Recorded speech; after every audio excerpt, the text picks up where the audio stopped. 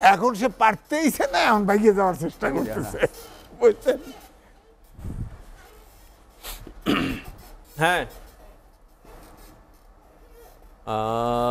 রতন ভাইকে ওই আপনার কথা ঠিক। একটু hello বিএনপি বলবেন? আসলে হ্যাঁ, আজিজ ভাইয়ের কথা শুনতে পাচ্ছেন? আমি তো বলি, বুঝছেন সারার ভাই, হ্যাঁ। যে আকাশে বাতাসে যা দেখা যায় আওয়ামী লীগ খায় গেছে, এখন মাটির উপরে তারা আছে, হ্যাঁ। বিএনপি আসলে মাটিটাও খায় ফেলে। Correct. রতন ভাই কি হ্যালো বললো তো ভাই ভাই হ্যাঁ হ্যাঁ, আজিজ ভাইয়ের কথা শুনতে পাচ্ছেন? হ্যাঁ সাবধান। আজিজ ভাইয়ের কথা শুনতে পাচ্ছেন? ছবি দেখছেন কত সুন্দর দেখা যাচ্ছে, হ্যাঁ। সাংঘাতিক সুন্দর লাগতেছে, ইয়াং লাগতেছে। আমি স্যার, যদিও ভাই? এখানে বয়সে সবচেয়ে আসসালামু বেশি। আলাইকুম, কেমন আছেন আপনারা কেউ- সবাই? রতন ভাই, আচ্ছা, পরিচয়টা কি?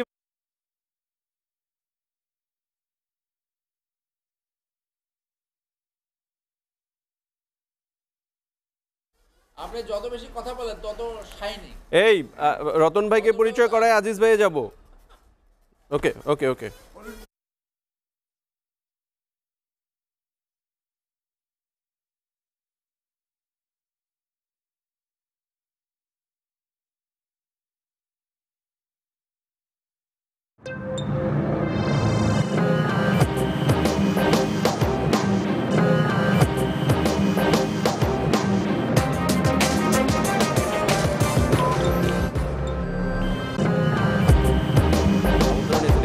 রাতের আয়োজন লেট এডিশনের সঙ্গে আছে মিস আলোদিন সাদ এবং আজকের আলোচনার জন্য বিষয় নির্ধারণ করেছি নির্বাচনের গতিপথ, কোন দিকে যাচ্ছে নির্বাচন, সেই নির্বাচন কি সংস্কার পরবর্তী নির্বাচন নাকি সংস্কারের মধ্যে নির্বাচন নাকি সংস্কারের আগে নির্বাচন, নানা রকম প্রশ্ন নিয়ে আজকে আলোচনা করব এবং আলোচনার জন্য অতিথি হিসেবে আমন্ত্রণ জানিয়েছি। প্রথমেই পরিচয় করিয়ে দিতে চাই আমার বাম পাশ থেকে বাসদ কেন্দ্রীয় নেতা কমরেড রাজিকুজ্জামান রতন। রতন ভাই, আপনাকে স্বাগত জানাচ্ছি এসসিটিভি স্টুডিওতে। আমার ডান পাশে আছেন এম এ আজিজ, সিনিয়র সাংবাদিক।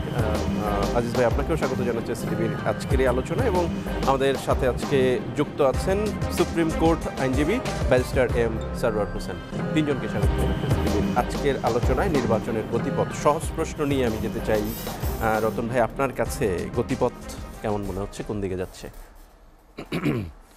গতিপথটা তো নির্বাচনের দিকে যাওয়া উচিত, কারণ শেষ পর্যন্ত একটা রাজনৈতিক সরকার ছাড়া নির্বাচনটাই সমাধান। হ্যাঁ, রাজনৈতিক সরকার ছাড়া সমাধান সম্ভব নয়। আর রাজনৈতিক সরকার সেটা গায়ের জোরে সরকার হবে না, সেটা জনগণের মতের ভিত্তিতে হবে। আর জনগণের মতের ভিত্তিতে গ্রহণযোগ্য একটা নির্বাচনের মধ্য দিয়ে একটা নির্বাচিত সরকারে আসা উচিত। এবং একটা জিনিস খেয়াল করে দেখা উচিত যে এ পর্যন্ত আমাদের এই ভূখণ্ডে যতগুলো গণঅভ্যুত্থান সংগঠিত হয়েছে, 69-এর গণঅভ্যুত্থান সংগঠিত হয়েছে, তারপরে কিন্তু একটা নির্বাচন হয়েছে। 90-এর গণঅভ্যুত্থান সংগঠিত হয়েছে, তারপরে একটা নির্বাচন হয়েছে। এবং 2024-এর গণঅভ্যুত্থানের মধ্য দিয়ে যে গণ আকাঙ্ক্ষা তৈরি হয়েছে যে আমরা ফ্যাসিস্ট শাসন দেখতে চাই না, একটা ডেমোক্রেটিক কালচার দেখতে চাই, ডেমোক্রেটিক একটা রেজিম দেখতে চাই, ডেমোক্রেটিক গভর্নমেন্ট দেখতে চাই, তা যদি করতে হয় তাহলে একটা নির্বাচিত সরকার ছাড়া আপাত অর্থে গণতান্ত্রিক সিস্টেম অপারেট করার মতো আর তো কেউ নাই। এখন অন্তর্বর্তীকালীন সরকারের সময় যে প্রত্যাশাটা মানুষের ছিল যে ক্ষতগুলো তৈরি হয়েছিল গত 15 বছরে, সেই ক্ষতগুলো পুরোপুরি নিরাময় সম্ভব না হলেও অন্তত ক্ষত নিরাময়ের একটা পথ রচনা হোক। সেই পথ রচনার জন্য বলা হয়েছিল কিছু ন্যূনতম সংস্কার দরকার। সেই ন্যূনতম সংস্কারের মধ্যে একটা সংস্কার না হলে তো নির্বাচন হবেই না, সেটা হচ্ছে আমাদের সংবিধানের সংস্কারটা না হলে, যদি আমি তত্ত্বাবধায়ক সরকারের অধীনে নির্বাচনটা না করতে পারি তাহলে তো সুষ্ঠু অবাধ নির্বাচন হচ্ছে না।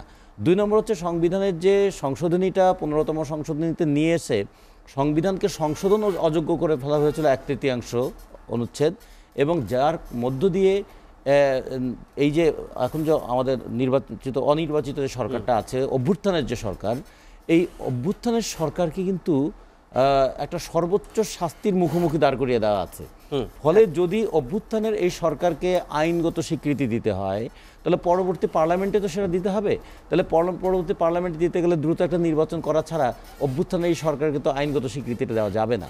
অভ্যুত্থান পরবর্তী যে কাজগুলো হয়েছিল তার একটা আইনগত স্বীকৃতি লাগবে, তার একটা সাংবিধানিক ধারাবাহিকতা লাগবে। সাংবিধানিক যে একটা ব্যবধান হয়েছে, সেই সাংবিধানিক ব্যবধানটাকে আবার আইনসঙ্গত করবার জন্য একটা পার্লামেন্টে একটা অ্যামেন্ডমেন্ট আমাদের লাগবে।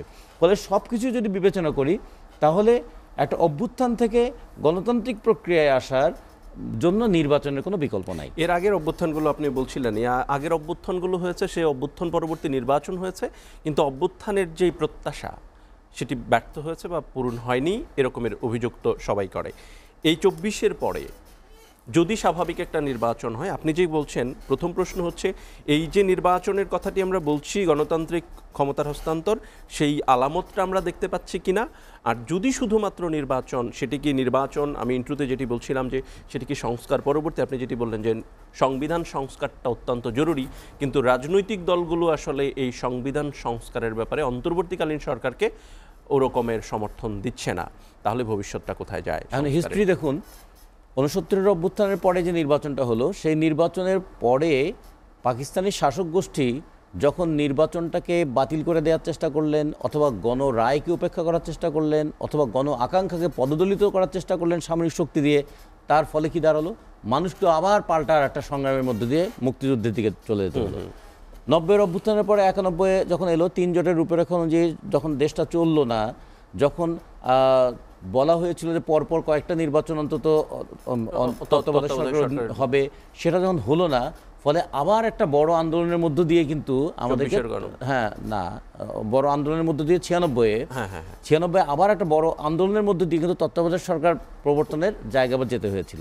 ঠিক তেমনি এবারও যে অভ্যুত্থানের মধ্যে যে আকাঙ্ক্ষাটা তৈরি হয়েছিল, অন্তত মোটা দাগে যদি 3টা আকাঙ্ক্ষার কথা বলি, একটা হচ্ছে যে আমরা এই যে 14, 18 এবং 24 এই ধরনের তামাশার নির্বাচন দেখতে চাই না, 1। 2 নম্বর হচ্ছে যে দ্রব্যমূল্য সিন্ডিকেট করে জনজীবন যে দুঃসহ করে তোলা হয়েছে, শ্রমিক কৃষকের জীবনটাকে যে দুর্বিষহ করে তোলা হয়েছে, একদিকে ব্যবসায়িক সিন্ডিকেট আর একদিকে লুটপাটকারী এবং টাকা পাচারকারী, তারা মিলে যে একটা কংগ্লোমারেশন হয়েছিল, এই ধরনের বিষয়ে অবসান দেখতে চেয়েছিল। আর তৃতীয়ত হয়েছিল দমন পীড়ন করে দেশ পরিচালনা করা, সেটা ডিজিটাল সিকিউরিটি অ্যাক্ট হোক, সাইবার সিকিউরিটি অ্যাক্ট হোক, পুলিশের নিয়ে রিমান্ড হোক, অথবা আয়নাঘর হোক, অথবা গুম করে দেওয়া হোক, মানে একটা ভয়ের সংস্কৃতি যে তৈরি করা হয়েছিল, এইটার বিপরীতে মানুষের একটা কথা ছিল। এবং মানুষ যখন সাইদ বুক চিতিয়ে দাঁড়িয়ে বুলেট বুকে বরণ করে নিল, ওই মৃত্যু কিন্তু মানুষের মৃত্যু ভয়কে দূর করে দিয়েছিল। ফলে এই যে শত শত মানুষ জীবন দিতে উদ্বুদ্ধ হলো, হাজার হাজার মানুষ যে আহত হলো, এবং পুলিশের সামনে বলি, আর্মির সামনে বলি, এমনকি কারফিউ যে উপেক্ষা করে মানুষ রাস্তায় নামলো, এখান থেকে শাসকদেরকে একটা শিক্ষা হবে না যে দমন পীড়ন চালিয়ে মানুষের কণ্ঠরুদ্ধ করা যায় না? আর একটা শিক্ষা যদি এরকম হতো, আইয়ুব খানের মতন দুর্দণ্ড প্রতাপের সামরিক শাসক, সেও কিন্তু 10 বছরের মধ্যে ওই যেটা বলে ডিকেড অফ ডেভেলপমেন্ট, এটার পরে পরেই তাকে কিন্তু গণ অভ্যুত্থানের মধ্যে দিয়ে উচ্ছেদ হয়ে যেতে হয়েছিল। এরশাদ এই উন্নয়নের কত গল্প শুনিয়েছে আমাদেরকে, 9.5 বছরের মধ্যে এরশাদ উচ্ছেদ হয়ে গিয়েছে। 2014 সালের এই নির্বাচনের মধ্য দিয়ে আমাদেরকে উন্নয়নের গল্প শোনানো হয়েছে, এবং তখন বলা হয়েছিল অপশন দুটো, উন্নয়ন চান না গণতন্ত্র চান, যদি উন্নয়ন চান গণতন্ত্র মাইনাস করেন। তো এইরকম কথা যখন বলা হয়েছিল, 10 বছরের মাথায় 24-এ কিন্তু আবার তাকে উচ্ছেদ হয়ে যেতে হয়েছিল। ফলে আমরা অভ্যুত্থানের শিক্ষা আছে, এবং অত্যাচার করার তার পাল্টা প্রতিক্রিয়া কি হয় সেটার একটা শিক্ষা আছে। আবার যে কোনো স্বৈরশাসক যে একটানা 10 বছরের বেশি টিকে থাকতে পারে না, তারও কিন্তু একটা নজির আছে। ফলে আগামীতে যারা ক্ষমতায় আসবেন তারা এই নজিরগুলো যেন মনে রাখেন। ধন্যবাদ রতন ভাই। আপনাকে আসতে চাই আজিজ ভাই আপনার কাছে, যেটি বলছিলেন যে রাজনৈতিক দলগুলো একটা শিক্ষা নিবে কিনা, এই যে আমাদের অভ্যুত্থানের ইতিহাস, 24-এর অভ্যুত্থানের ইতিহাস, আপনার কাছ থেকে অবশ্য শুরুতে একটু জানতেই চাই যে নির্বাচনটা যদি হয় সেটি কি সংস্কার পরবর্তী নির্বাচনটা হবে, নাকি সংস্কারের আগেই আসলে নির্বাচনটা হয়ে যেতে হবে? যেহেতু রাজনৈতিক দলগুলোর মধ্যে একটা মতভেদ আমরা দেখছি, পরস্পর বিরুদ্ধে কথা বলছে, এবং এক টেবিলে বসে বিশেষজ্ঞরা বলছেন যে এক টেবিলে বসে রাজনৈতিক দলগুলোর ঐক্যমত্যে পৌঁছানোটা অতীতেও হয় নাই, ভবিষ্যতে হবে এরকমের আশঙ্কাও নেই। সেই জায়গা থেকে আসলে এই সংস্কারের ভবিষ্যৎ কি? ধন্যবাদ আপনাকে। সংস্কার যে প্রসেসে শুরু হয়েছে, তাতে আমি কখনোই বলি নাই যে সংস্কারে ঐক্যমত্য হবে এবং সংস্কার হবে, কারণ হবে না, হবেই না। অন্তর্বর্তীকালীন সরকার তারা প্রত্যেকটা ইস্যুতে পথই ধরতে পারে না, শুরুটা কোথা থেকে করতে হবে। কোনো ইস্যুতে তাদের সঠিক রাস্তাই তারা বেছে বের করতে পারে নাই। সংস্কারে যেটা করা উচিত ছিল, যে যেহেতু তাদের প্রথম বিবেচনা করা হচ্ছে যে তারা সংস্কার করার ম্যান্ডেটই নাই, এটা আগে প্রথমে বিবেচনা নেওয়া উচিত ছিল, কারণ তারা রাষ্ট্রপতির কাছে, মানে গণঅভ্যুত্থানের যে সময় আমি বলছি যে রাষ্ট্রপতির কাছে ওত নিয়েছে সংবিধান সমুন্নত রাখার জন্যে। সেই সংবিধানে হাত দিচ্ছে কি করে? তাহলে তার ওত ভঙ্গ হয়েছে। আপনি যদি ওইভাবে দেখেন তাহলে তো তাদের উপদেষ্টা গৃহী নাই। সংস্কারে যেদিন হাত দিছে তা তো অতি ভঙ্গ করে ফেলছে। এক। দুই হলো যেটা বললেন অভ্যুত্থানে, অভ্যুত্থান ছিল প্রথমে কোটা সংস্কার, চাকরির ব্যাপার। দাবিটা ছিল প্রথমে কোটা সংস্কার। কোটা সংস্কার কোন জায়গায় সংস্কারের দাবি ছাত্ররা করেছে? শুরুতে রাষ্ট্রের যে ব্যবস্থাপনা সংস্কার না, শুরুতে না, শেষেও কোথাও আসছে। প্রথমে 1 দফা ছিল, পরে 8 দফা আসছে, না 6 দফা, তারপরে 1 দফা। 1 দফা কোথাও সংস্কার শব্দ ছিল? লাস্টে ছিল ফ্যাসিবাদ বিলোপ। 1 দফা বিলোপ, নতুন রাজনৈতিক বন্দোবস্ত, 9 দফায় যেটা। হ্যাঁ, এটা ওটা ছিল। ওটা হলো বামপন্থীদের কিছু আছে না, আমি কিন্তু নাম বললাম না, ওই শব্দ তারা নিছে ওখান থেকে, তারা এটা চালু করছে। যাই হোক, নতুন রাজনৈতিক বন্দোবস্ত কি আসলে দরকার না, আবশ্যক না বর্তমান রাজনৈতিক প্রেক্ষাপটে যে অবস্থায়? না, দরকার। আমি লিখেছি, বড় পত্রিকায় অনেক বড় লিখেছি, এটাও ঠিক। কিন্তু যে প্রসেসে গেছে এটা কিন্তু প্রসেস না। কারণ ইউনূস সরকার বুঝতেই পারে নাই কোন ইস্যুটার সমাধান করতে কোন পথ অবলম্বন করতে হবে। যেমন ধরেন যে আজকে বিপ্লবী সরকার হলে সবটা প্রজ্ঞাপন জারি করে করতে পারত। যখন সংবিধানে ফরমাল এই সংবিধানকে মেনে ওত নিয়েছে, তখন এই সংবিধানের পার্ট সংস্কার করতে পারে হয়তো, তাও এরা পারে না। নেক্সট সংবিধান ইলেক্টেড পার্লামেন্ট কিন্তু অনুমোদন না করলে বাদ। হোসেন মোহাম্মদ এরশাদের সময় সংস্কার প্রস্তাব ছিল, একটাও ভাষা নেই। শাহাবুদ্দিনের সময় সংস্কার প্রস্তাব ছিল, একটাও ভাষা নেই, 20-22টা ছিল। 111-এর সময় তো আওয়ামী লীগ বিএনপি সংস্কার নামে তছনছ হয়ে গেছে, 121-22টা সংস্কার প্রস্তাব ছিল, সব ট্র্যাশ পেপার, একটাও ভাষা নেই। সুতরাং আপনি প্রথম 15টাও কি এরকমেরই থাকবে বলে মনে হয়? কারণ হচ্ছে যে শোনেন, আমার পাবনার ভাষা বলে, আমার কথা আমি কব তোক খালি হুনায় লব। তাদের ম্যান্ডেটই নেই সংস্কার করার, তারা সংস্কার নিজে নিজে করতেছে, নিজে নিজে কমিটি। এখানে কোনো রাজনৈতিক দলের ইনভলভমেন্ট আছে, রাজনৈতিক দলের অংশগ্রহণ আছে, তারা কেন এটা স্বীকার করবে? ধরেন আপনাকে উদাহরণ দেই, জামাত চায় আনুপাতিক নির্বাচন, বিএনপি চায় ওয়েস্টমিনস্টার সিস্টেম। এখন ধরেন এই জায়গায় ঐক্য হলো না, এখন তো তারা একটা ব্রেক ইভেনে আসার চেষ্টা করছে, দ্বিকক্ষ বিশিষ্ট সংসদ চালুর মাধ্যমে মিশ্র আনুপাতিক নির্বাচনের বিষয়টি যুক্ত করে।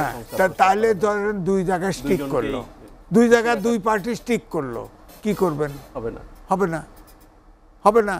এখন প্রফেসর ইউনূস বলছে যতটুকু সংস্কার হয় ততটুকুই করে ইলেকশনে যাব। এবং 4 তারিখে নিউজ পত্রিকার আপনার ওনার সাক্ষাৎকার ছাপা হয়েছে, তাতে তো উনি সরলভাবে সাবলীলভাবে অনেকগুলো কথা বলেছে, তাতে মনে হয়েছে এই কাজটা ওনার না, উনি এখন ছেড়ে দে মাকাই দেবাসি। ওইটার অর্থ দ্বারা এইটাই যে উনি পারছে না, উনি স্বীকার করেছেন আমি পারছি না। আমরা তো এখানকার মানুষ না, যতটুকু চেষ্টা করছি। তো উনি আসছে কেন? উনি আসছে কেন? এটা তো জাতি ওই গণঅভ্যুত্থান নিয়ে এসেছে, গণঅভ্যুত্থানের ছাত্ররা তাকে নিয়ে আসছে, ছাত্ররা নিয়ে আসছে। উনি যে কথাটা আমার মনে হয় উনি ওই কথা বলেন নাই, ছাত্ররা এনেছে, পার্সু করছে, উনি রাজি হয়ে গেছে, তা না। উনি তো আজকে জেলে থাকার কথা ছিল, এটা মাথায় রাখবেন না। তাকে ডাকছে, হ্যাঁ, উনি তার ব্যাংকের 600 কোটি টাকা মাফ করে নিছে, ওনার জেল মাফ হয়ে গেছে, কেস উঠে গেছে, এটার বেনিফিট উনি না, সবচাইতে বেনিফিশিয়ারি উনি। এই ইন্টারভিউতে এটাও বলেছেন যে এটা আসলে যেহেতু ভিত্তি নেই এই মামলাগুলোর, এগুলো এমনিতেও ভিত্তি তো ওনার নাই। আমার কথা হলো ভিত্তি উনি তো বলবেই। এই যে বিএনপির সব নেতা লাইন ধরে বেড়ে যেতেছে না, এক নেতা আমি তো জানি পুরা চাঁদাবাজ, তার অর্থনীতিটাই চাঁদাবাজ, আইনের শাসন এখন প্রমাণ হয়েছে। হ্যাঁ, আমার বউ আসলে আমি আর আমার বউ বসা যে দেখে দেখে একটা চাঁদাবাজ মুক্তি পাওয়া গেছে, কয় আইনের শাসন প্রতিষ্ঠিত হয়েছে, বুঝছেন? তার মানে দোষীরাও শাস্তি পাচ্ছে, মুক্তি পাচ্ছে এখন। পিচ্ছি হারান, পিচ্ছি হেলাল, এগুলো মুক্তি পাইলো কেমন? প্রথমেই মুক্তি পাইছে কেমন? আইন শৃঙ্খলা বাহিনী তাদেরকে সাবের হোসেন বলেন পৃথিবীতে, উনি তো লয়ার কাম ব্যারিস্টার কাম আর্মি অফিসার, পৃথিবীর কোনো বিচার বিভাগে আছে নাকি এক হিয়ারিংয়ে 6টা খুনের মামলাতে একটা লোক খালাস হয়ে যায়? আছে পৃথিবীতে? আমাদের দেশে হয়েছে। তো আপনার বিচারের স্বাধীনতা কেমনে দেওয়া হয়? নিশ্চয়ই পার্সু করা হয়েছে, নিশ্চয়ই কোনো জায়গার থেকে পার্সু করা হয়েছে। সাবের হোসেন বললাম তো উদাহরণ, 6টা খুনের মামলা এক হেয়ারিংয়ে এক কোর্টে এক সময় শেষ। বলেন এটা কি হবে? পিচ্ছি হান্নান, অমক হান্নান, টমক পিচ্ছি হালাল সব মুক্ত হয়ে গেছে। তারা এখন মাস্তানি করে বেড়াতেছে। সারা দেশ আইন শৃঙ্খলার অবনতি, আর্মি ড্রেস পরে ডাকাতি হয়। নির্বাচনটা কি অবাধ সুষ্ঠু নিরপেক্ষ করতে পারবে অন্তর্বর্তীকালীন সরকার? না, সেটা ভিন্ন ইস্যু। ধরেন এখন যে পরিস্থিতি, হয়তো অবাধ সুষ্ঠু হইতে পারে, ভোট দেওয়ার ক্ষেত্রে হইতে পারে। কারণ একটা ধরেন আওয়ামী লীগ নির্বাচনে আসবে কিনা পরিষ্কার না, হয়তো আসবে না। ধরেন না হইলে যা আছে হয়তো হবে, নির্বাচন হবে। টাগ অফ ওয়ার যেটা পলিটিক্সের এখন চলতেছে, এটা হয়তো আরো একটু বেশি হবে। ধন্যবাদ আজিজ ভাই আপনাকে। আসতে চাই ব্যারিস্টার এম সরওয়ার হোসেন আপনার কাছে। আজিজ ভাই যেমনটা বলছিলেন যে আসামিরা আসলে নির্বিচারে মুক্তি পাচ্ছেন, একেবারে বললেন যেটা যে একেবারে নিশ্চিত জানেন চাঁদাবাজ এবং প্রকৃতপক্ষেই আসামি, সেও মুক্তি পাচ্ছে। পিচ্ছি আন্দোলনের কথা বললো, তারা তো চিহ্নিত আসামি, তারাও মুক্তি পাচ্ছে। বলছে যে আইন শৃঙ্খলা বাহিনী তাদেরকে নজরদারি করছে এবং মোহাম্মদপুরে বিভিন্ন খুনের ঘটনাও ঘটেছে বিভিন্ন এলাকায়। আপনি আইনজীবী হিসেবে আসলে এটাকে কিভাবে ব্যাখ্যা করবেন? ধন্যবাদ আপনাকে, ধন্যবাদ সহ আলোচক এবং সুপ্রিয় দর্শক। দেখুন, আমি আজিজ ভাইয়ের সাথে একমত যে পরিস্থিতি এমন দাঁড়িয়েছে যে আগে যারা ক্ষমতায় ছিল তাদের মামলাগুলো যেমন একদম খুব সহজেই, যেটা বললেন যে এক হিয়ারিং এ 6টা খুনের মামলা নিষ্পত্তি হয়ে গেছে, পুরো বিচার ব্যবস্থার উপরে একটা কুঠারাঘাত। এই অন্তর্বর্তীকালীন সরকারের এইটা ইন্ডিয়ান আমলে, পাকিস্তান আমলে এবং বাংলাদেশ আমলে হয়েছে কিনা এটা আমার সন্দেহ রয়েছে। যে রিমান্ড ছিল, রিমান্ড চলাকালীন সময় তাকে ডেকে এনে এক হিয়ারিংয়ে যে ম্যাজিস্ট্রেটের জামিন দেওয়ার পাওয়ার নাই, সেখানে সে জামিন দিল। এইটা ইউনূস সরকারের উচিত জাতির কাছে এক্সপ্লেন করা, কে তাকে ভয় দেখালো, কে চাপ সৃষ্টি করলো এবং কিভাবে সমস্ত প্রসিডিওর ভেঙে তার জামিন হলো। দুইটি ঘটনা ঘটছে যেটা বিচার ব্যবস্থায় এখন পর্যন্ত কোনো উদাহরণ সৃষ্টি হয় না। একটা হয়েছিল ওই ফ্যাসিস্ট সরকারের সময় এক দুর্নীতিবাজ, এক এমপি পিরিজপুরের, তাকে জামিন প্রথম দিল না, 2 ঘন্টার মধ্যে তারা আবার জামিন হয়ে গেল, হুকুমও বদল হয়ে গেল, হাকিমও বদল হয়ে গেল। সেটা তো সেই ফ্যাসিস্ট সরকার করছে, আনিসুল হক 200 কোটি টাকা খেয়ে সেটা করেছিল। কিন্তু এখন এটা কিভাবে হলো, এইটা আসলে এখনো আমাদের জানি। আমাদের এক নারী সাংবাদিক ধরে নিয়ে 24 ঘন্টা আটকায় রাখতে পারে নাই, তার তো দুনিয়ার সম্পদ, পারে নাই তো ছেড়ে দিছে বেল দিতে, ব্যাংকে কোটি টাকা ট্রানজাকশন। এখন এই মামলা প্রত্যাহারে রাজনৈতিক মামলাগুলো, আমি নিজেও 10টা মামলা ফেস করেছি, 6 মাস জেলে ছিলাম। রাজনৈতিক মামলাগুলো 99% মিথ্যা, এগুলো প্রত্যাহার করেন, এটা হওয়াই উচিত। কিন্তু একদম সলিড দুর্নীতির মামলা যারা আসছে, এরকম কিছু মামলা ইতিমধ্যে খালাস হয়ে গেছে, অনেকে বলে 100-র উপরে খালাস হয়ে গেছে, যেটা একদম পিওরলি দুর্নীতির মামলা। তার মানে যে ক্ষমতা থাকে তার আর কোনো দুর্নীতি থাকে না। দ্যাট মিনস যে এরা এত দুর্বলভাবে একটা সরকার গঠন হয়েছে যে তারা কারো উপরে কোনো নিয়ন্ত্রণ নাই এবং কোনো চাপ সহ্য করার ক্যাপাসিটি তার নাই। তো এখানে একটা কথা আসে যে আপনি নির্বাচনের কথা বলছেন, নির্বাচন তো অবশ্যই হতে হবে, কিন্তু 24 এবং 96 যে 96 সালে যে রাজনৈতিক বন্দোবস্ত ছিল, যে তাদের একমাত্র দায়িত্ব ছিল একটি নির্বাচন করা, কেয়ারটেকার গভর্নমেন্ট, সেটা সাংবিধানিক একটা অথরিটি ছিল। আর এবারের অথরিটি আসছে কোথা থেকে? ফ্রম দ্য রেভলিউশন, বিপ্লব থেকে। কিন্তু বিপ্লব সফল হলো, কিন্তু এখন যে সরকারটা গঠন করা হলো না সাংবিধানিক না বিপ্লবী, একটা হিজড়া টাইপের একটা সরকার গঠন হয়েছে, বুঝতে পারছেন? এবং এর ভিতরে এই যাদেরকে দিয়ে কমিটি অফ অ্যাডভাইজার করা হয়েছে, এর অর্ধেক একেবারে অথর্ব, মানে গুড ফর নাথিং। এটা কোনো কিছু ডেলিভারি করার ক্যাপাসিটি তাদের নাই। হ্যাঁ, প্রতিটা রেভলিউশনের পরে এই রতন ভাই যেভাবে বললো নির্বাচন হয়েছে, সেই জন্য বাংলাদেশে একটা পিকুলিয়ার ইতিহাস সৃষ্টি হয়েছে যেটা পৃথিবীর কোথাও নাই। কি সেটা জানেন যে 53 বছর স্বাধীনতার এই বয়সে 6 বার অভ্যুত্থান হয়েছে।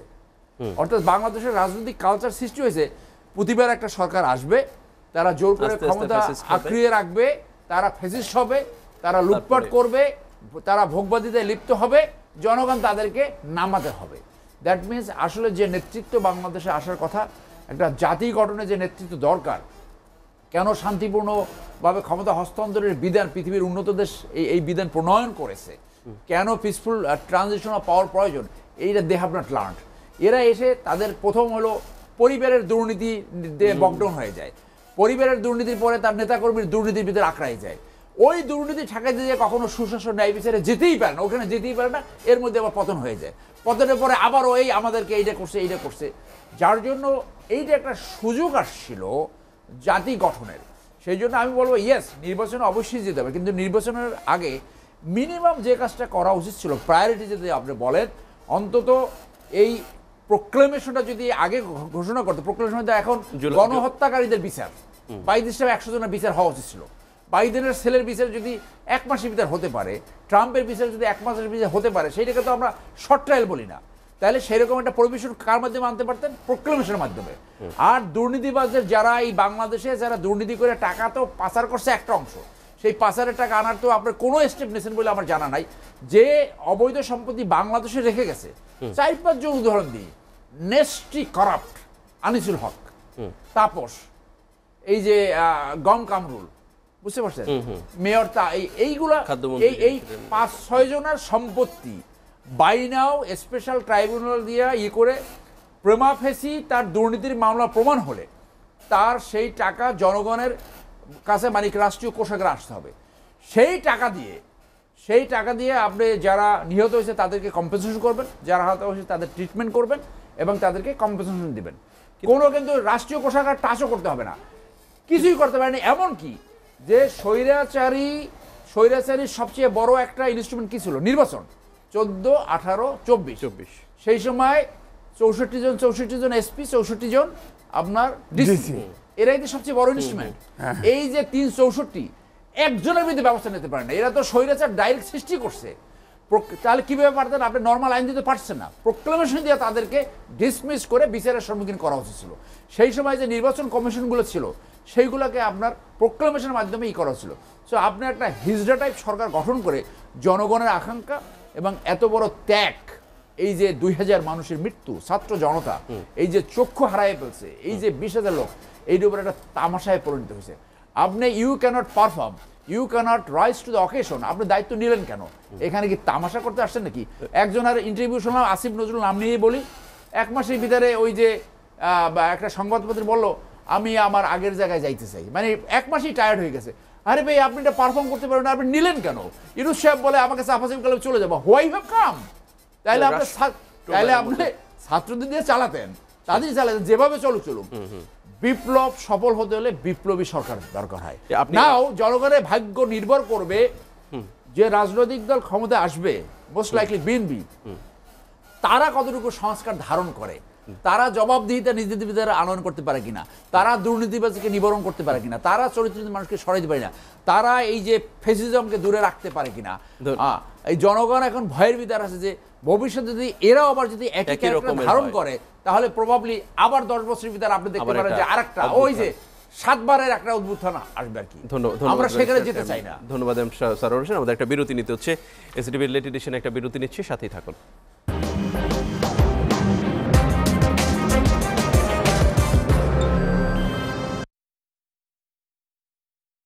লাগানোর কথা চলতেছে বেশ অনেক দিন ধরে, খুব একটা হ্যাঁ নড়লে তো আনকমফোর্টেবল লাগে না, খুব একটা যাওয়ার কথা না, যাবে না।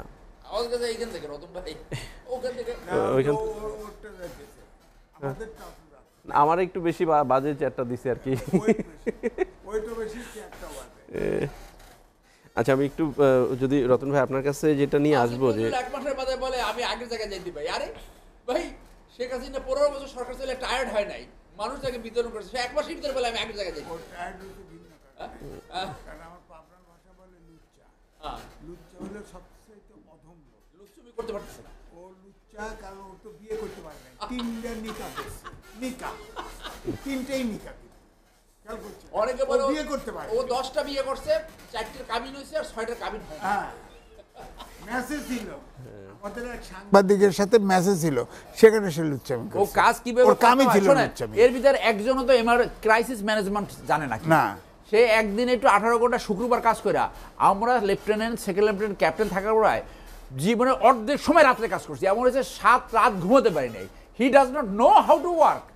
মানে একদিন একটু শুক্রবার কাজ করে বিরাট অর্জন করে ফেলেছে, শুক্রবার আমি কাজ করি।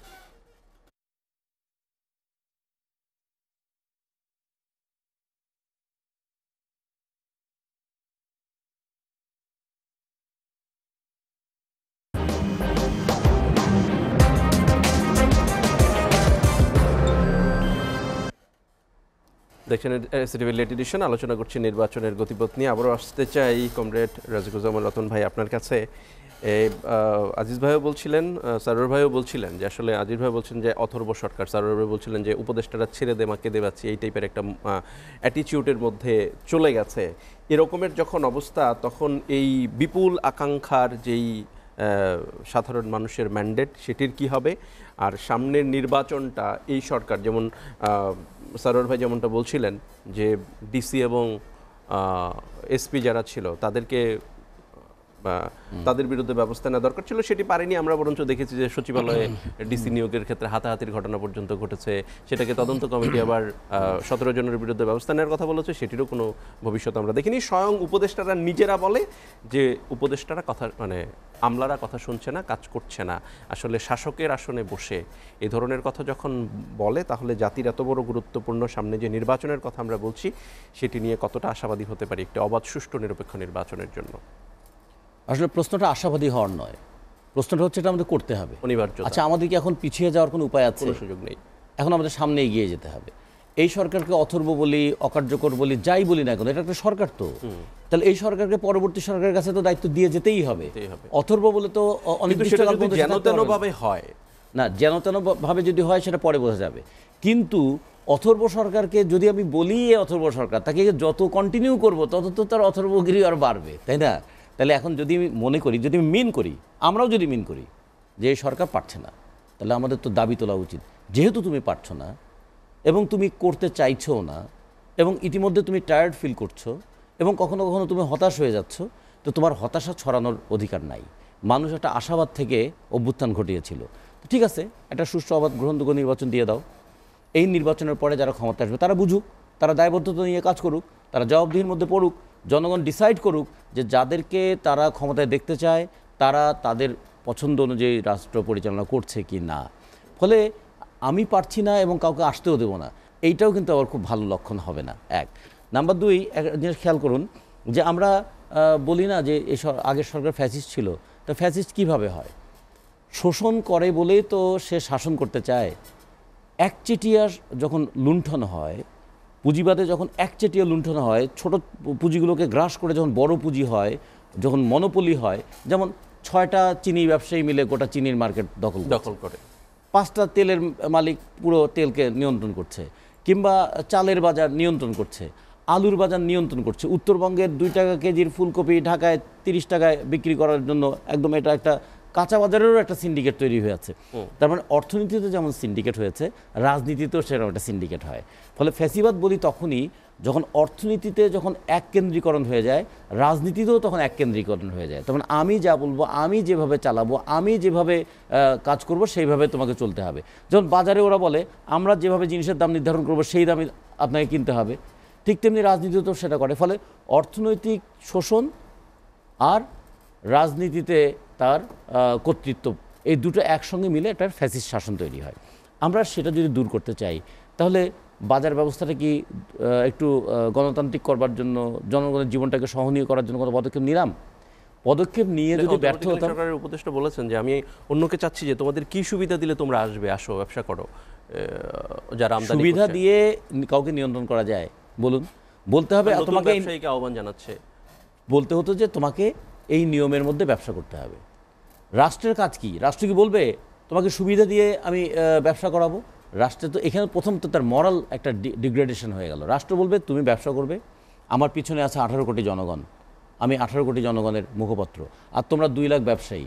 আমি কি 2 লাখ ব্যবসায়ীর দিকে তাকিয়ে 18 কোটি মানুষের ভাগ্যকে ছিনিমিনি খেলতে দিতে পারি? ফলে we must follow A rule, এবং যে কারণে বলা হয় যে ল অফ দ্য ল্যান্ড সবাইকে মানতে হবে। বিদেশিও যদি এখানে ব্যবসা করতে আসে, তাহলে আমার এই দেশের নিয়মটা তোমাকে মানতে হবে।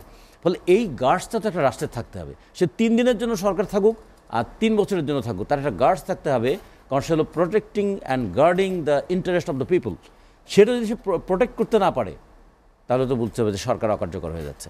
ফলে আমরা মনে করি অন্তর্বর্তী সরকারের এই গার্ডসটা থাকা দরকার। 2, ব্যবসায়ীদেরকে সুবিধা দেওয়া নয়, ব্যবসায়ীদের কাছ থেকে জবাবদিহিতা আদায় করা। কেন 8 টাকা সয়াবিন তেলের দাম বাড়ানোর পরে বাজারে তেল অ্যাভেলেবল হয়ে গেল? তাহলে এই তেল তো ছিল দেশে। 2 নম্বর, 8 টাকা বাড়ানোর জন্য তোমার সঙ্গে আমার এগ্রিমেন্ট হলো, তুমি 28 টাকা বাড়িয়ে দিলে কেন? 28 টাকা বাড়িয়ে দিলে 1.5 লক্ষ টন সয়াবিন তেল এক মাসে, সেখানে যে আমার 523 কোটি টাকা জনগণের পকেট থেকে নিয়ে নিলে এর জবাব কে দেবে? কিংবা সামান্য ডিমের সিন্ডিকেটকেও কি একটা রাষ্ট্র ভাঙতে পারবে না? তাহলে সেই ডিমের সিন্ডিকেটে উপরন্তু আরো 43টি পণ্যের উপরে 15% ভ্যাট। এখন এই জন্য বলছি কি, এই যে আমরা কিছু করতে পারছি না মানে কি, আমরা কিন্তু জনগণের উপর ঠিকই দায় চাপিয়ে দিতে পারছি। আমরা কিছু করতে পারছি না বলে যদি ছেড়ে দিতেন, ঠিক আছে, জনগণ যেমন গণভবন ঘেরাও করে করেছিল, জনগণ যদি রাস্তায় নেমে ওইরকম 2-4টা সিন্ডিকেটকে ধাক্কা দিয়ে তাদের কাছ থেকে জিনিস আদায় করে নিতে পারতো, তখন কিন্তু ঠিকই পুলিশ আর্মি চলে যাবে।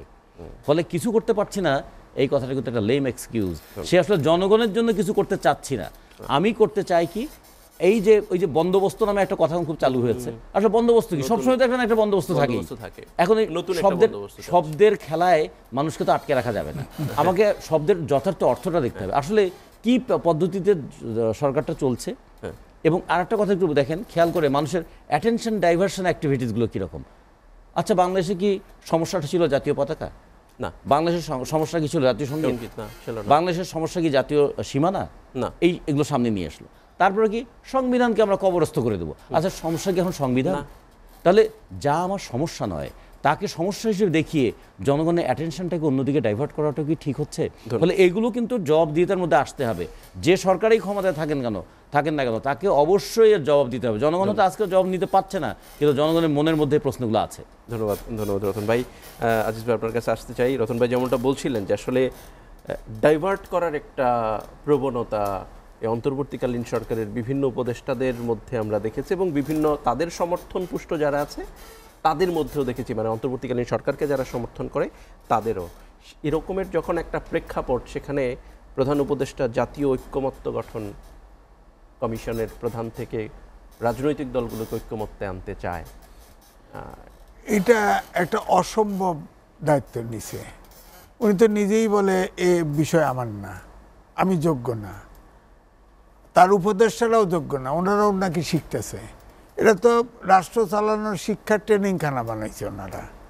তো ঐক্যমত্য, আমি তো আগেই বললাম যে আপনি যাই সংস্কার করেন, নেক্সট পার্লামেন্ট অর্থাৎ ইলেকশনে জনগণের প্রতিনিধিরা অনুমোদন না করলে এটার কোনোই অর্থ না। আপনি রাজনীতিবিদদের সাথে কি সংলাপ করেছে? কমিশন করবে, হ্যাঁ, ঐক্যমত্য। আপনি তো যে কমিশন যে খসড়া দিচ্ছে, এই কমিশনে কোনো রাজনৈতিক দলের প্রতিনিধি আছে?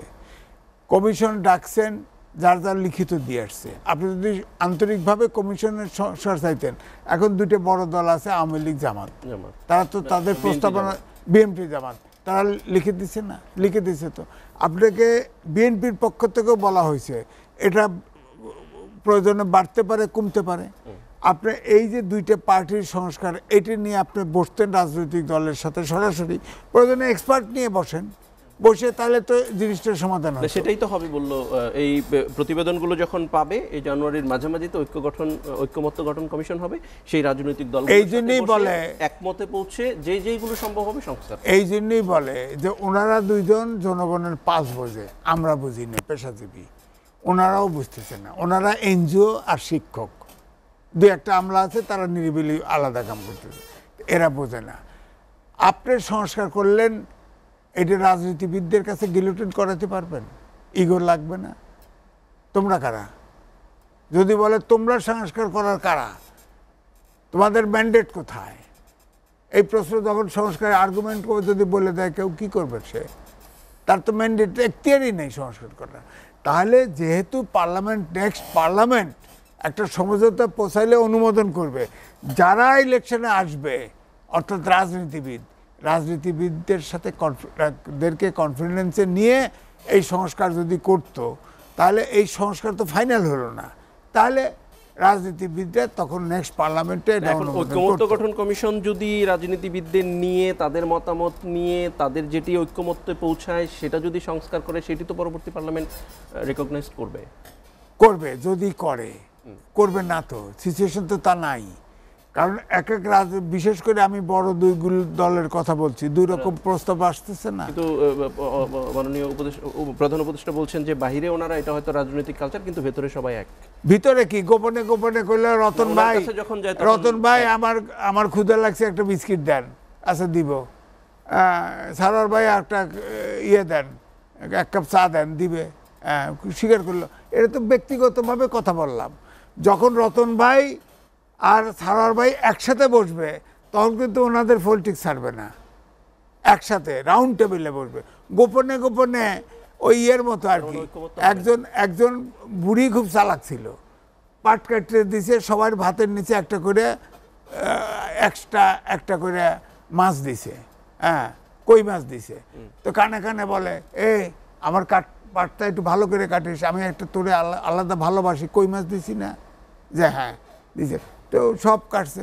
এখন যখন ডুব পানিতে ডুব দিয়ে পাট কাটে, একে অপরে করতে যায় কই মাছ খেয়ে আসছি, ফাঁস হয়ে গেছে, তখন পাট কাটাই বন্ধ করে দিছে, আর পাট কাটা হয় না। তো এদের তো তাই হয়েছে। আলাদা আলাদা আপনি কথা বলতে চান কেন? আপনি একসাথে রাউন্ড টেবিলে বসান, আপনার সংস্কার প্রস্তাব যেগুলো রাজনীতিবিদদের কাছে নিলেন এটার থেকে শুরু করেন, এখানে যেটা নাই সেটা উপস্থাপন করেন, যেটা বাড়তি যেটা ডিবেটেবল সেটা ফেলায় দেন, এইভাবে একমত হন।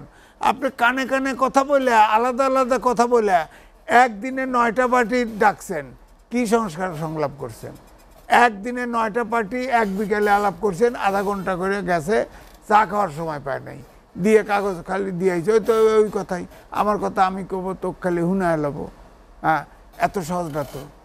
আপনি তো নিজেই বলতেছেন আপনার পরিষদের কোনো অভিজ্ঞতা নাই, তারা ট্রেনিং দিচ্ছে, তারপরে এখানকার উনি বলছেন যে আমরা এগুলার মানুষ না, আমরা সাধ্যমতো চেষ্টা করছি। হ্যাঁ, অন্তর্বর্তীকালীন না ওনারা বলছেন অনেকে আমরা পেশা ফিরে যেতে চাই, বলছে না।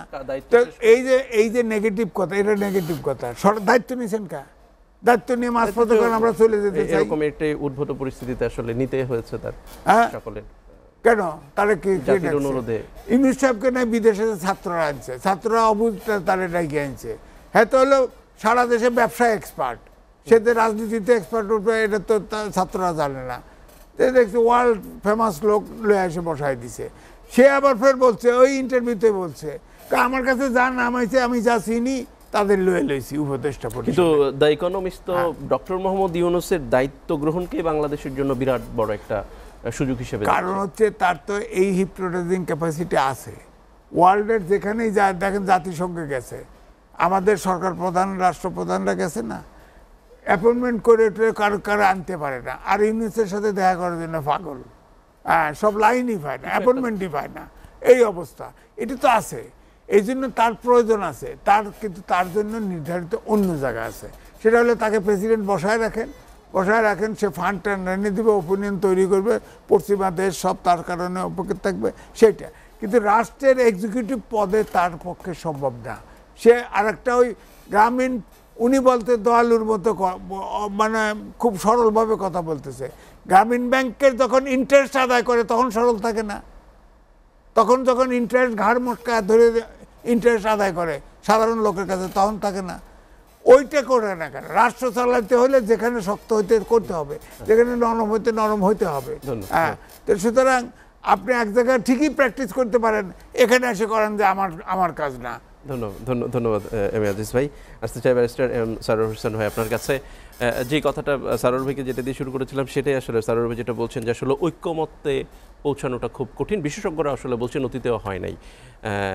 আমরা আসলে কি বলবো, এই ঐক্যমত্য কমিশন গঠন কমিশন যেটি হয়েছে এটির ভবিষ্যৎ আসলে কি? এটি কতটা সুন্দর নির্বাচনের দিকে, কতটা সুন্দর সংস্কারের দিকে নিয়ে যাবে আমাদের, আপনার কি মনে হয়? দেখেন, ঐক্যমত্য অবশ্যই প্রয়োজন, কিন্তু যে ম্যান্ডেটের ঘাটতির কথা বলা হচ্ছে সেইটা তারাই এখন সৃষ্টি করে রাখছে ওইখানে শপথ নিয়ে। তো কি হলো, যে আপিল বিভাগের মতামতেই তো শপথ নেওয়া হয়েছে, যে আকাঙ্ক্ষা ছিল যে বাস্তিল দুর্গের পতন হয়েছে, গণভবন, কিন্তু তার যে সাবসিডিয়ারি যে ভবন গণভবন সেটা তো পতন করা যায় নাই। যে আজকে যে নিকৃষ্টভাবে চুপ্পু প্রেসিডেন্ট হয়েছে, স্বৈরাচারের দোসর সালাম করা প্রেসিডেন্ট, তাকে তো সরানো গেল না। এবং এখনও 90% কিন্তু চুপ্পু উনি রাষ্ট্রপতি কি আসলে খুব ডিস্টার্ব কি করছে কোনো ক্ষেত্রে? না, ডেফিনেটলি রাষ্ট্রপতি তো এই যে বিপ্লবের যে আকাঙ্ক্ষা সেটার একটা বড় বাধা। এখন দেখেন ছাত্ররা যে ঘোষণাপত্রের কথা বলছে, ঘোষণাপত্র করতে পারছে না, এখন তারা দাবি জানাচ্ছে, অর্থাৎ তাদের সেই অথরিটি কিন্তু এখন নাই, অথরিটি শেষ হয়ে গেছে। এবং সরকারের পক্ষ থেকে প্রথমে বলা হলো প্রাইভেট ইনিশিয়েটিভ, হ্যাঁ প্রাইভেট ইনিশিয়েটিভ, এটা হবে কিনা আমার সন্দেহ রয়েছে।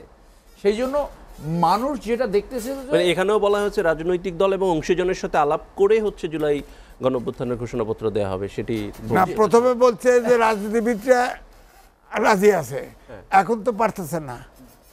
তো এই যে রতন ভাই বললো না যে বাণিজ্য একজন উপদেষ্টা, তাকে তো ডিসমিস করা উচিত ছিল যখন যে তৈল ব্যবসায়ীরা যখন স্ট্রাইক করলো 6 টাকার জন্য।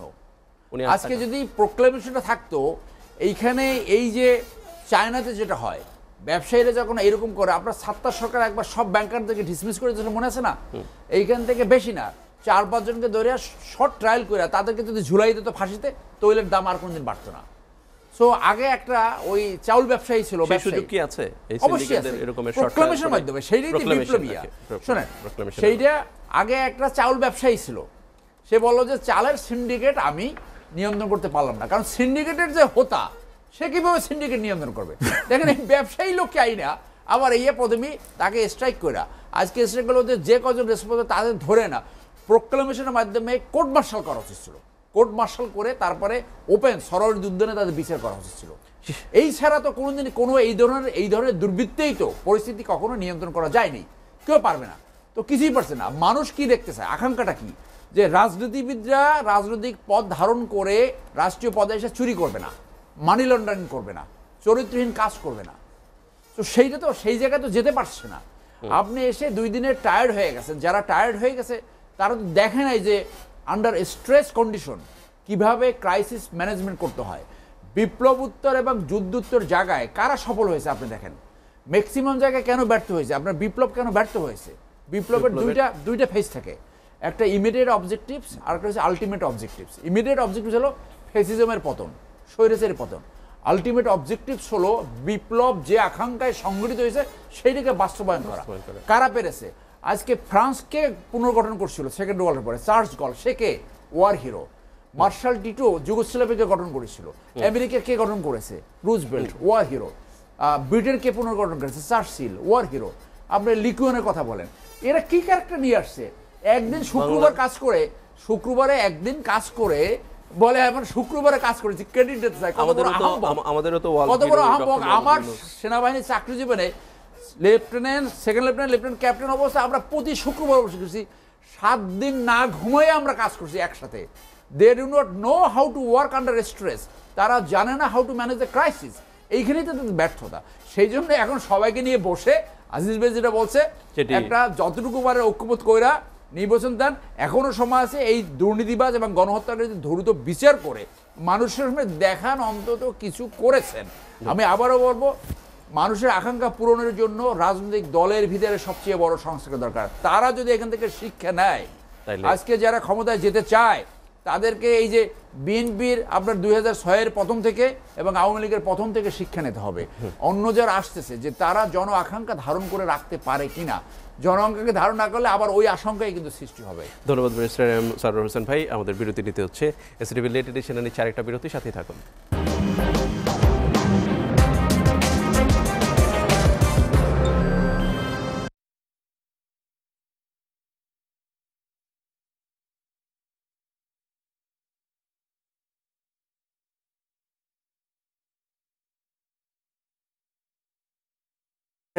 আচ্ছা, এখানে একটি এই যে রাজনৈতিক দলের সংস্কার, সেটি এই যে 82 কি বলে পলিটিক্যাল পার্টিস অ্যাক্ট, যেটা জিয়াউর রহমান করেছিলেন, সেটা নির্বাচন সংস্কার কমিশনের কাছে দিয়েছেন, বলেছেন যে সাখাওয়াত হোসেন উপদেষ্টা। আসলে এই পলিটিক্যাল পার্টিস অ্যাক্ট আসলে সামনে রাজনৈতিক দলগুলোর মধ্যে রাজনৈতিক সংস্কৃতির পরিবর্তন টানতে পারবে কিনা, বা এই রকমের আসলে একটা অ্যাক্ট থাকা দরকার? এটা আমি লিখে কিন্তু সবার শত্রু হয়েছি, সমকালে বিশাল করে আমার ছবি দিয়ে ছাপা হয়েছে। আপনি দেখেন এই যে শোনেন, কয়না সব চোরে চোরে মারছে, কয়না- সব চোরে চোরে। কয়না যে 53 বছরে একটা দুর্নীতির বিচার হয় নাই, একটা দুর্নীতির বিচার এখনো পর্যন্ত। প্রেসিডেন্ট প্রধানমন্ত্রী দুই টার্মে থাকতে পারলো না, পারবে না, ঠিক আছে, আমি 2 টার্ম থাকলাম, এরপর আমার বউ 2 টার্ম, এরপরে আমার ছেলে 2 টার্ম, আমার মেয়ে 2 টার্ম, আমার নাতি 2 টার্ম, আলহামদুলিল্লাহ। এইভাবে চলতে থাকবে, সমস্যা কি? এক পরিবারের মধ্যে সব আবার 2 টার্মের বিরতি দিয়ে পরবর্তীতে আবার আসলো। বলে নাই তো যে মোট 2 বলছে পরপর পরপর, হ্যাঁ বলছে পরপর। আর 3 এটা মিনিট বলে না 3 মিনিটস করে পাবো এখন। পলিটিক্যাল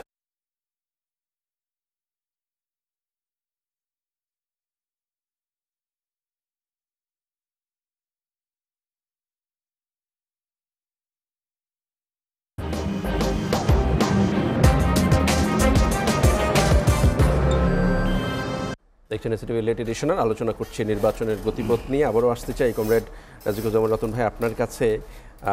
সারোয়ার ভাই যেমনটা বলছিলেন যে রাজনৈতিক দলের যেই সংস্কার সেটি অত্যন্ত জরুরি।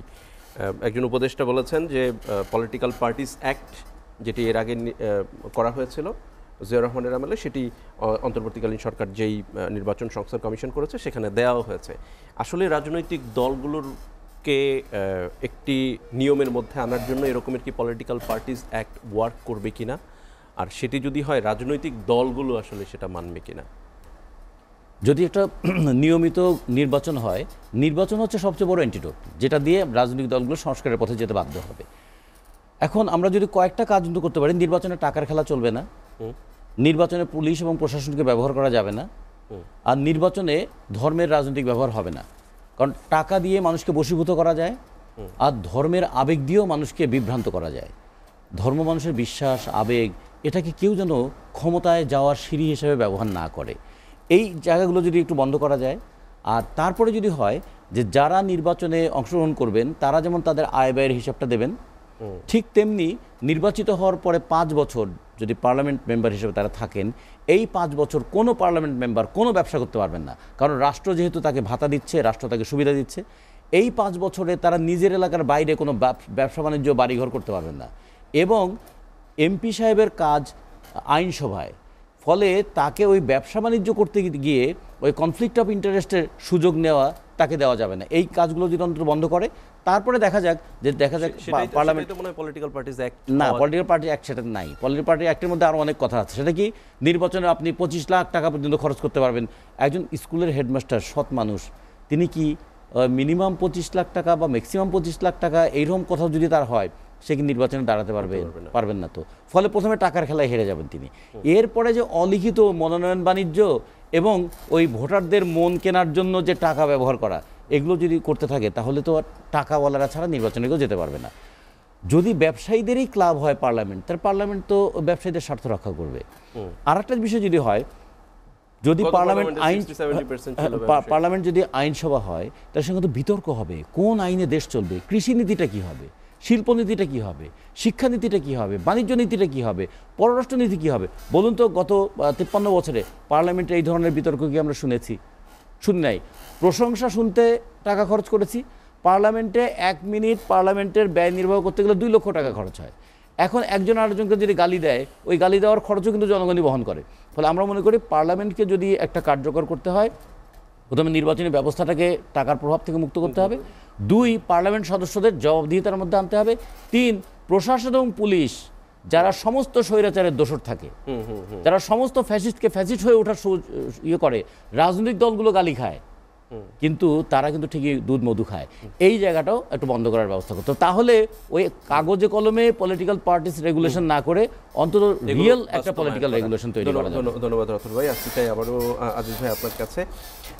এই যে নীতি যারা তৈরি করবে, তাদেরকে আসলে নীতির ভেতরে রাখা বাংলাদেশের রাজনীতির প্রেক্ষাপটে দেখেন কতটা সম্ভব? 100% গণতান্ত্রিক না থাকলেও পৃথিবীতে পশ্চিমা দেশে গণতান্ত্রিক চর্চা আছে। ব্রিটেন তো গণতন্ত্রের উদাহরণ, সেখানে রানী ছিল, রাজা আছে, তারপরেও কিন্তু তাদের কিন্তু অ্যাকাউন্টেবিলিটি আছে, জাপানে দেখেন অত্যন্ত তাদের ভদ্র লিখিত জাতি, সংবিধানও নাই। হ্যাঁ, নাই, জাপানের ভদ্র প্রধানমন্ত্রী দুর্নীতির দায় আউট হয়ে যাচ্ছে, কিন্তু সরকারি ব্যবস্থার কোনো পরিবর্তন হচ্ছে না। সুতরাং এটা একটা কালচারের অংশ। আপনি 53 বছর পরে 54 বছর দেশ চলতেছে, স্বাধীন হলো, আমরা বলি অনেক সূচকে আগাচ্ছে, কিন্তু রাজনৈতিক সূচকে পিছাচ্ছে। তো রাজনৈতিক সংস্কৃতি, রাজনৈতিক চর্চা সর্ব লেভেলে, এবং মানুষের ভিতরে যদি এই যে গণতান্ত্রিক মানসিকতা তৈরি না হয়, তাহলে কিন্তু এই চর্চা জোর করে চাপায় দেওয়া কঠিন। তো ধরেন আমি যদি শুরুটা করতে পারেন, ধরেন এখন নিম্নকক্ষ উচ্চকক্ষ একটা প্রচেষ্টা, সবাই একমত হচ্ছে এটাতে। এখানে যদি উচ্চকক্ষ আনুপাতিক নির্বাচনে রাখেন এবং সেখানে যদি প্রফেশন ঠিক করে দেন যে এই জায়গাটা পলিটিশিয়ানদের কাছে থাকবে না, এটা বিভিন্ন স্টেক হোল্ডার, বিভিন্ন প্রফেশনাল, এবং যারা এই আনুপাতিক নির্বাচনে তারা পার্টির সদস্য হবে না। হ্যাঁ, অর্থাৎ এখানে ওপেন, আপনার লোয়ার হাউসে যে আইন টাইন পাশ করবে ওখানে মুক্ত মনে যায়, ওখানে ব্যারিকেড দিলে আটকে গেলে আটকে যাবে। এই তাহলে এক পার্টির, কিন্তু যে পার্টি সরকারে থাকুক সে কিন্তু যাইতে তাই করবে না। আর উচ্চকক্ষ এবং নিম্নকক্ষ যারা থাকবে তারা শুধু আইন প্রণয়ন করবেন, আর কিছু ওয়েলফেয়ার ছাড়া স্টেটের কিচ্ছু দেখতে পারবে না। লোকাল গভর্নমেন্টকে শক্তিশালী করেন, সেখানে উন্নয়ন কাজ সেখানে হবে। অর্থাৎ এই, আর যেটা রতন ভাই বলল যে আপনি যখন এমপি হবেন, সরকারের দায়িত্ব নেবেন, রাষ্ট্রের দায়িত্ব নেবেন, আপনি কোনো ব্যবসা বা কোনো রকম প্রফিটেবল কোনো কাজ করতে পারবেন না। কিন্তু বাংলাদেশে সেটা সম্ভব কিনা, এটা করতে হবে, আইন করতে হবে। এই যে সংস্কার এইগুলো, এর আগেও তো আইন ছিল, কোনো আইনই তো মানা হয় না। না, মানা হয় নাই, আইন করেন, অন্তত করলে প্র্যাকটিসটা শুরু তো করতে হবে কোনো জায়গা থেকে। এটা হলো, এইটাই বললাম যে আপনি, এটা তো বিপ্লব হলো না, যেমন রতন ভাই বিপ্লব করবে, বিপ্লব সাকসেসফুল হলে তারা ধরেন 1 মাস 2 মাসে কালচারাল বিপ্লব করে মানুষের মনোজগৎ পরিবর্তন করে দেবে, সেটাও হয় নাই। মানুষের দিকে 1 দশক লাগছে, লেনিনের 6 বছর লাগছে মানুষের লাইনে আনতে। কারণ এখন চীনে যেগুলো করে, ধরেন উত্তর কোরিয়া তো বলে আমি সমাজতান্ত্রিক দেশ, কিন্তু সেই দেশে তো যা করে এটা তো বল প্রয়োগ করা হয়, চীনেও তো বল প্রয়োগ করা হয়। তো এটা তো বলে জনগণের দেশ, জনগণের রাষ্ট্র, আসলে তো বল প্রয়োগ করে। ধন্যবাদ আজিজ ভাই। আসতে চাই সর্বশেষ ব্যারিস্টার এম সরোয়ার হোসেন ভাই আপনার কাছে।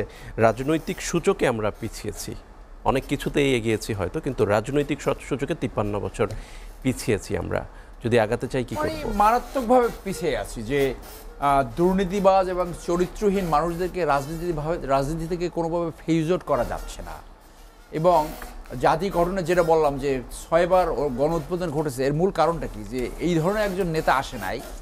আমার বিবেচনায় একজন নেতা আসছিল, প্রেসিডেন্ট জিয়া, কিন্তু উনি সময় পায়নি। উনি হয়তো থাকলে এক ধরনের একটা জাতি গঠন হতে বলে আমার ব্যক্তিগত অভিমত। তো সেই যে গঠন হয় নাই, দেখেন কি যে একটা পরিবার, এখন একটা নিউজ আসছে না যে লন্ডনে এক ওই এমপি আছে শেখ পরিবারের, তার চাকরি যাবে কিভাবে জানেন? যে সে গিফট পেয়েছে, that is not the issue, ওইটা নিয়ে মিথ্যে কথা বলেছে, ওই জায়গায় কিন্তু ধরে ফেলছে। তো আপনার কি দুর্ভাগ্য যে একটি পরিবারে যেখান থেকে স্বাধীনতা নেতৃত্ব দিয়েছে শেখ সাহেব, একটা চরিত্রবান মানুষ সৃষ্টি হয় নাই।